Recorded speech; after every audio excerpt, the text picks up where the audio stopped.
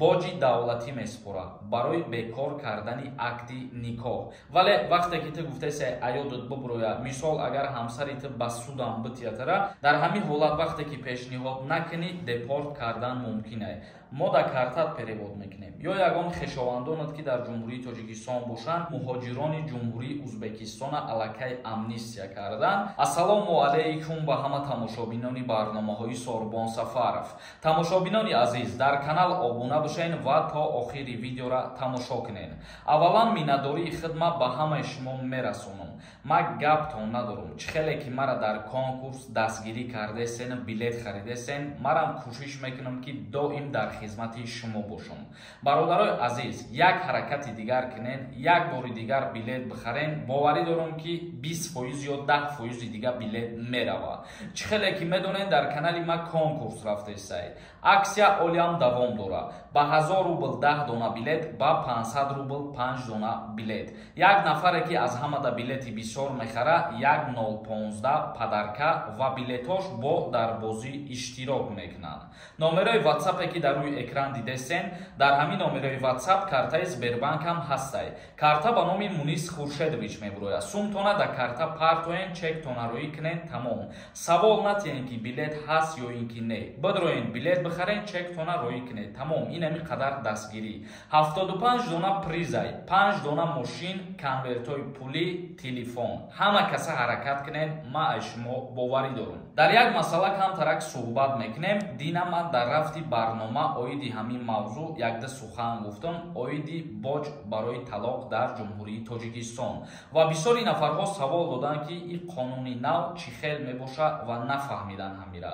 Мутобиқи қонунгузории ҷумҳурии Тоҷикистон, мутобиқи тағйиротҳо ва иловаҳо, аз сабаби зиёд шидани оилаҳо вайрон шиданаш ана ҳамин қонуна тағйирот доданд.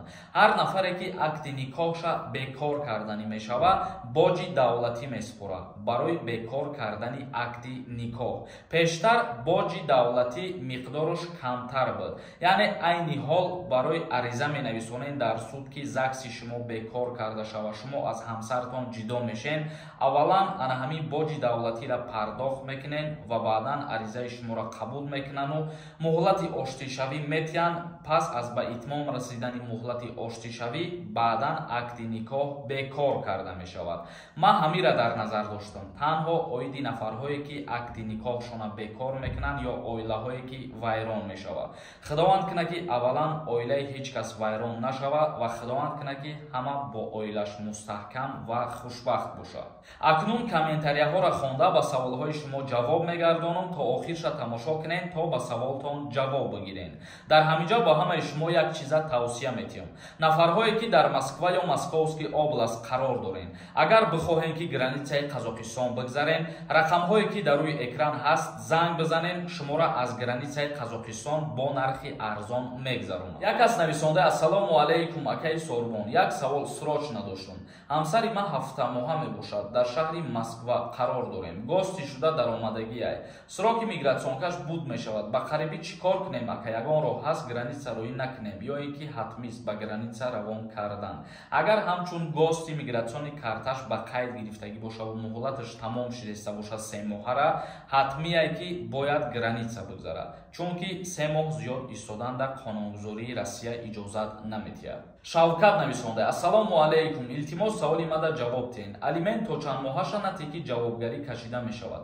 1 моҳ 2 моҳ дода натонӣ ё ки аёдат бурояд, чӣ мешавад?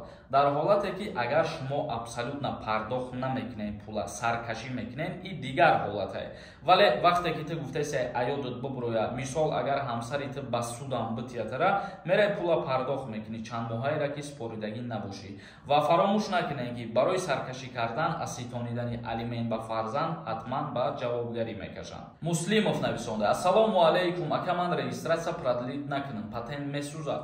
патент намесӯзад. ҳоло он ки шумо вақти дар Русия қарор дорен, фаромӯш накунед ки берегистратсия гаштандам ҳақ ва ҳуқуқ надорен.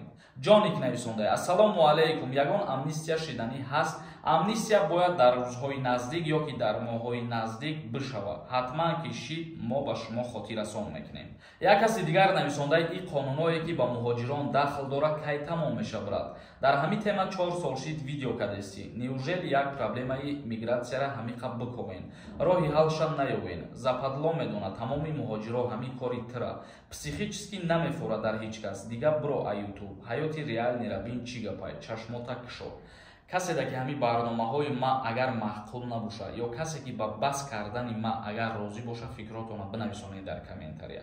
ма боварӣ дорам ки 95% аудиторияе ки дар канали ма обуна шидагиай тамошо мекунанд, ба худшон як чиза меомӯзанд ва оиди ягон мушкилӣ ва оиди ягон проблема бугӯй бародарҷонои ма фаромӯш накунед ки қонуни наве ки мебурояд, қарори наве ки мебурояд, чизе ки ба муҳоҷирот тааллуқ дорад, ма ҳамун чиза сода мекунам, осон мекунам, ба шумо мефаҳмонам.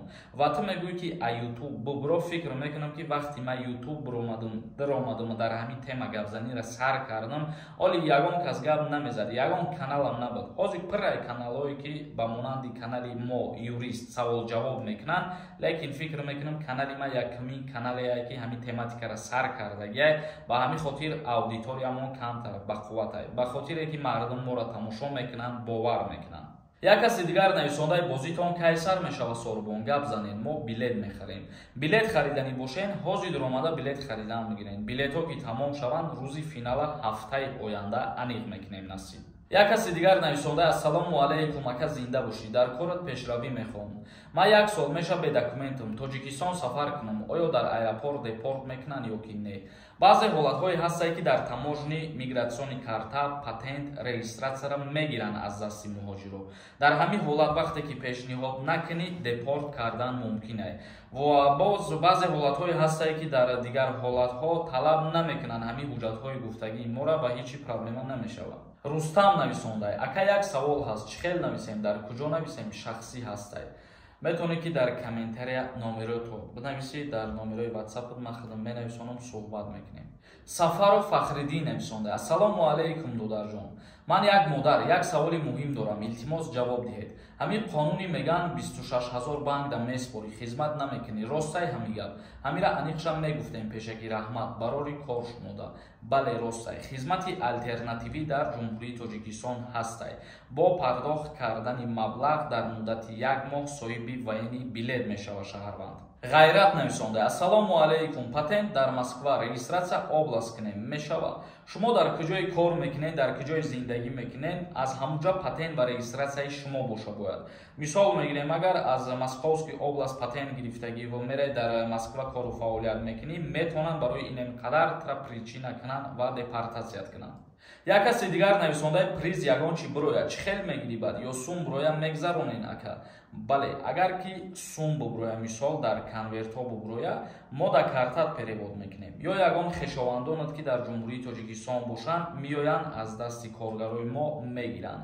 ҳар чизе ки боша туҳфара мо ба шумо мерасонем, дар ин ҷиҳаташ ягон майда фикр накунед. як каси дигар нависонда ассалому алайкум ака, ман Тоҷикистон дорам, ному фамилияма иваз кардан метавонам. бале, ному фамилия иваз кардан метавонед. барои ному фамилиярам иваз кардан мутобиқи тағйирот ва иловаҳои нав шумо боҷи давлатӣ меспорем ба миқдори 204 сомон. баъд ному фамилияра иваз мекунед. як каси дигар нависонда ассалому алайкум, ман 7 феврали соли 1996 27 сола ҳастам. мара хизмат мебарам пешаки раҳмат, аниқша бугӯ. 27 сола шидагиҳо аз хизмати ҳарбӣ озод ҳастам. самик нависондай ака, ваени билети яка писаро чанд солаҳа, як умра чиз. дар комментарияҳо бисёри нафарҳо нависонданд ки муҳоҷирони ҷумҳурии Узбекистона аллакай амнистия карданд ва аз ҷумҳурии Тоҷикистон кай авф карда мешаванд. ман дар ин бора як ҷустуҷӯ мекунам, информатсияҳои нав ки боша ҳатман пешниҳод мекунам. интизор бошед. тамошобинони азиз, видеоро ҷамъбаст мекунам. то видеоҳои оянда, худованд ҳамаи мо шуморо нигаҳбон бошад.